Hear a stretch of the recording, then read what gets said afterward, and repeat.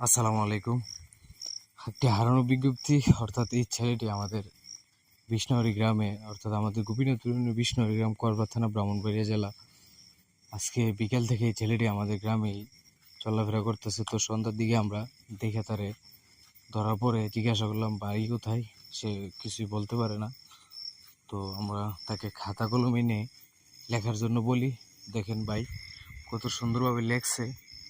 তার নাম হচ্ছে আলী, তার গ্রাম হচ্ছে সৈয়দপুর, তার জেলা হচ্ছে থানা হচ্ছে মদন, জেলা হচ্ছে নেত্রকোনা। অবশ্যই ছেলেটি হারানো গিয়েছে।